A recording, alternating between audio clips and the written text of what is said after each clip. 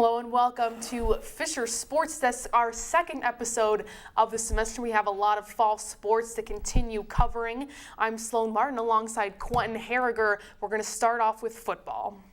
After starting the season with 3 home games and accumulating a 2-1 record, the Cardinals finally headed out on the road. The first trip this season was to Salisbury University in Maryland. The Seagulls got on the board 5 minutes into the second quarter with a 24-yard field goal. Salisbury up 3-0 in the first. Also in the second, Fisher responded with a Christian Zamitis 1-yard touchdown run, but failed on the point after. Fisher went up, though, 6-3.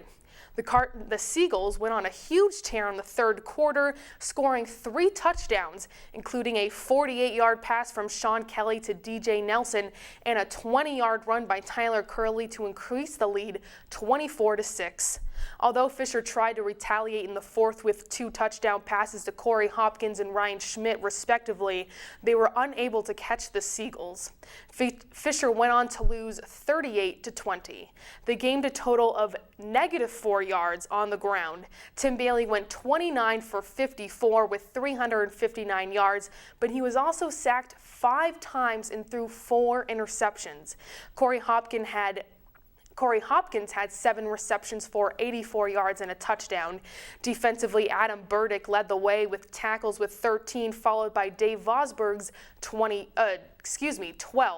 The team has a week off before going to Ithaca October 10th. And I also had another chance this week to speak with Paul Williams, the sports editor of the Courier. And after seeing that, I'm joined here by the Courier sports editor, Paul Williams, and we're just going to take a look at the football season, at where we are right now, and also look over the Salisbury game a little bit more. Thanks for being with us. No problem. Thanks for having me. Now, the Salisbury game, I think, showed a lot of Fisher's flaws. They allowed 38 points. Bailey was sacked 5 times and threw 4 picks. They accumulated -4 yards on the ground. What is the problem here? Is it the offensive line? Is it the defense? Is it Bailey? What makes this team different than what we're used to seeing? Well, I wouldn't push the panic switch just yet. It's only 4 games. They haven't played a conference game yet. But at the same time, you got to be a little bit concerned with what happened. I mean, basically, if you look at the Salisbury game, everything if you want to see what not to do in a game, that's what they did. They had 6 turnovers, 4 interceptions, 2 fumbles. They didn't run the ball, as you said. They couldn't stop the run. They couldn't stop the pass. 12 times the other team passed the ball. It just wasn't a good game for them. Now, one positive we can pretty much take away from this game was the fact that it was dominated by the passing game. Tim Bailey, although, as we mentioned, having the 5 sacks and 4 interceptions, did throw for 359 yards, and also that improved the play of the wide receivers, and that was a big positive. Corey Hopkins had 7 receptions for 84 yards, and it's a little bit surprising considering the graduation of players like Tim Marion and Jimmy Smith that Tim Bailey would have so many threats at the wide receiver position at any point in the game. Right. I mean, Fisher's offense has always been sort of built on the passing game, and you see that even with Marion and Smith leaving, they still have those weapons. They still have opportunities to throw the ball, and Bailey coming back another year, it has helped, and they still have that passing game going. But they got to get the run game going again. I mean, that was supposed to be a strength of this year's team, being deep on the running game, and they, like you said, they just haven't gotten it going, especially in the Salisbury game with the 4 yards rushing for the whole game. Exactly. Brad Carlton, the running back, struggled very much in that game. He had about 12 carries, and as we continue to emphasize, did not gain very much on the ground. On the other hand, I was wondering, with the players and coaches you've probably talked to for your story, did they mention anything with like the travel situation, having to go so far away to Maryland, having an impact on the game? You know, of course, they're never going to admit that. They're never going to say, oh, we lost because we had to travel so far. But you have to wonder if that had an impact. I mean, that's one of the farther places they go. It's 9 hours away. But you can't use that as an excuse at the same time. Every team travels. Every team has away games.